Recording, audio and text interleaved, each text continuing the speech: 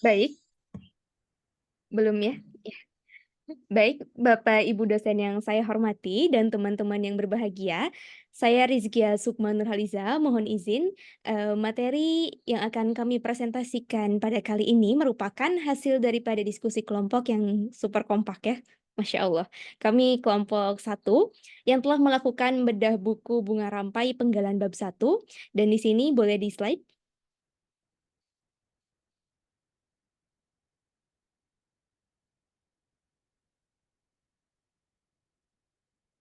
Oke, di sini ada Sela Putri, Rizkia Sukma, Dinda Puput, dan Sabrina Stasia. Baik, inilah hasil kerja kelompok kami. Selamat menyaksikan. Silahkan di slide lagi. Oke, untuk pertama-tama kita membahas mengenai identitas buku terlebih dahulu.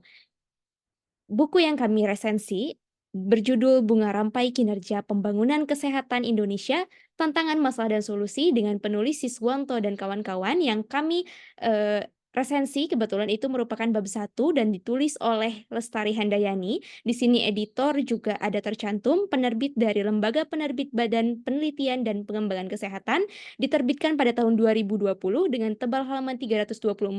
Kategori buku itu pendidikan non-fiksi dan nomor ISBN tertera. Boleh di slide lagi? Silakan. Baik, selanjutnya saya akan melanjutkan. Saya di sini akan menjelaskan mengenai ikhtisar buku. Pada bab 1 buku berjudul Bunga Rampai Kinerja Pembangunan Kesehatan Indonesia, Tantangan Masalah dan Solusi, ini membahas mengenai tantangan pembangunan kesehatan melalui kerangka sistem kesehatan. Penulis membagi pada beberapa subbab, di antaranya 1.1 situasi kesehatan di Indonesia, 1.2 sistem kesehatan di Indonesia, 1.3 membangun masyarakat Indonesia sehat masa depan, dan 1.4 kerangka kerja logis atau logical framework dan building block of health system. Boleh selanjutnya?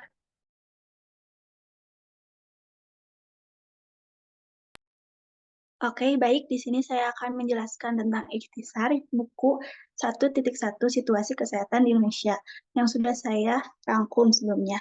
Jadi, pada 1.1 ini, penulis menjelaskan mengenai populasi penduduk Indonesia yang terdiri dari gizi yang baik akan mempengaruhi kesehatan penduduk untuk proses tumbuh kembang. Status gizi hal yang penting khususnya bagi perempuan, karena perempuan akan melahirkan generasi sehat dan kuat. Di Indonesia juga, penyakit menular masih menjadi masalah, salah satu penyakit yang masih banyak dijumpai yaitu ISPA. Lalu Indonesia menjadi negara nomor 3 tertinggi dalam kasus tuberkulosis.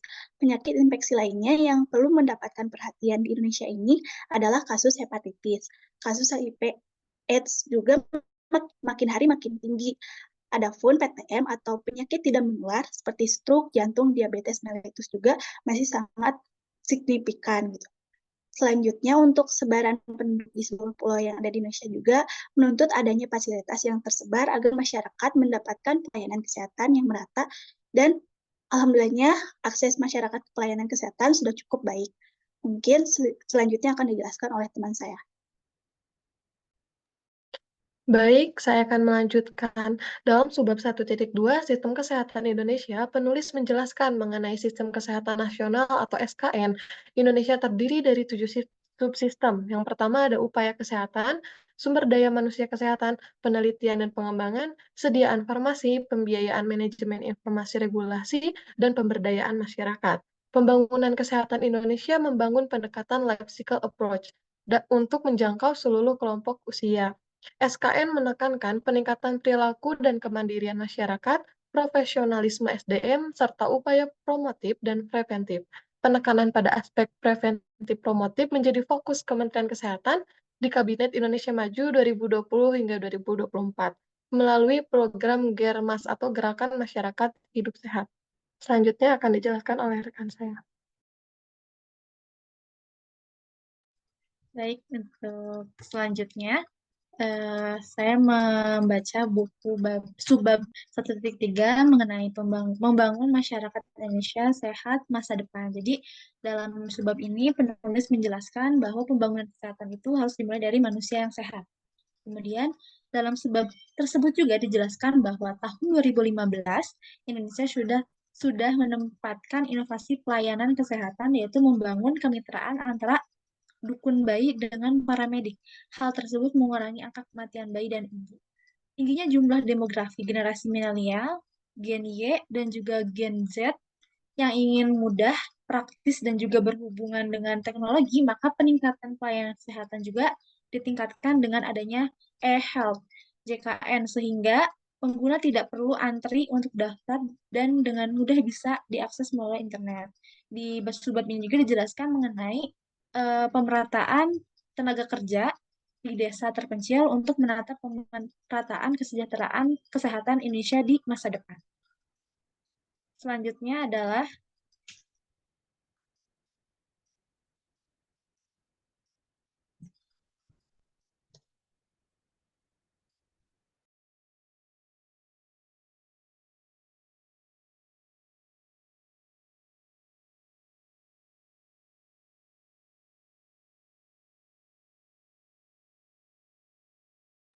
Oke, baik. Selanjutnya untuk subbab 1.4 merupakan kerangka kerja logis atau logical framework dan building block of health system. Di sini penulis menjelaskan bahwa program kesehatan pembangunan kesehatan di Indonesia itu dikelompokkan sesuai dengan building block health system dengan tujuan untuk mempromosikan pemahaman tentang sistem kesehatan dan penguatan sistem kesehatan. Framework atau kerangka kerja ini dilakukan untuk mendefinisikan sejumlah subsistem atau yang disebut dengan building block yang membentuk sistem. Subsistem ini berdasarkan fungsi yang ditentukan dalam SKN meliputi upaya kesehatan, tenaga kesehatan, penelitian dan pengembangan atau informasi, lalu produk medis, vaksin dan teknologi, selanjutnya pembiayaan, kepemimpinan dan tata kelola, serta pemberdayaan masyarakat. Di sini ada framework operating-nya ya. Bagian ini menggambarkan kerangka kerja atau framework untuk membangun sistem kesehatan yang efektif yang terdiri dari beberapa blok bangunan atau building blocks utama. Yang pertama itu adalah communication di sini yang merupakan keterlibatan masyarakat atau community involvement gitu ya. Merupakan landasan dasar untuk membangun sistem kesehatan yang responsif terhadap kebutuhan masyarakat begitu.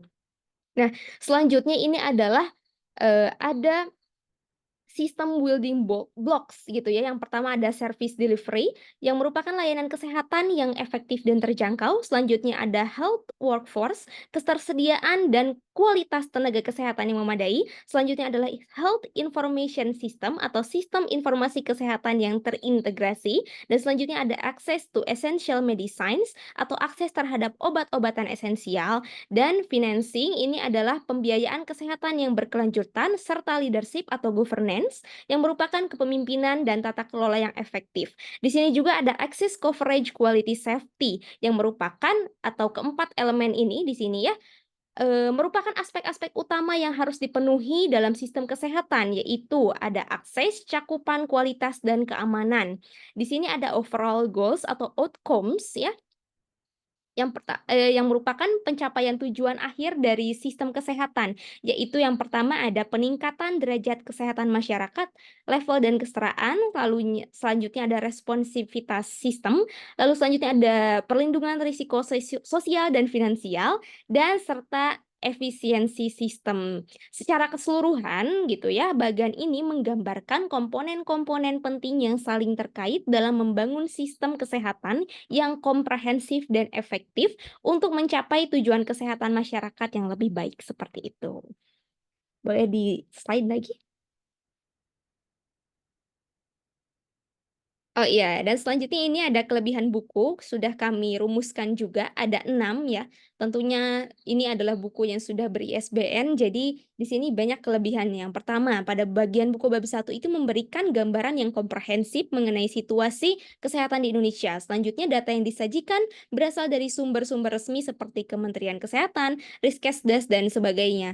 Lalu selanjutnya, analisis dan pembahasan yang diberikan pada buku ini itu terperinci, serta layout dan tata letak sistematis sangat menarik serta memudahkan pembaca untuk memahami materi yang dibahas. Selanjutnya, ukuran huruf yang ada di buku itu tidak terlalu kecil dan tidak terlalu besar, sehingga memudahkan pembaca untuk membaca dan tidak boros halaman. Fontnya juga tulisannya itu adalah, jenis yang formal, jelas, dan mudah dibaca. Selanjutnya, kami sudah menganalisis di bagian daftar pustaka, itu, dibuat dengan rapi dan terstruktur sesuai pedoman penulisan. Silahkan, dilanjut. Mungkin ini ada satu lagi, yaitu kekurangan dari buku, tapi tidak banyak. Yang pertama itu terdapat typo penulisan kata pada halaman 17 yang harusnya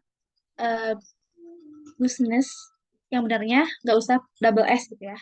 Kemudian yang kedua juga pada subbab 1.3 halaman 11 terdapat penggabungan bahasa atau kesalahan penulisan. Jadi di situ tertera media sosial. Jadi yang bahasa Inggris hanya sosialnya aja. Jika ingin menulis dengan bahasa Indonesia, yang baiknya media sosial, tidak perlu digaris miring. Jika ingin menggunakan bahasa Inggris, yang benar itu sosial media. Sehingga penempatan kata tidak terbalik gitu ya. Kemudian yang ketiga juga ada kurangnya sitasi pada setiap paragraf, sehingga pembaca tidak mengetahui secara spesifik rujukan yang ada pada daftar pustaka.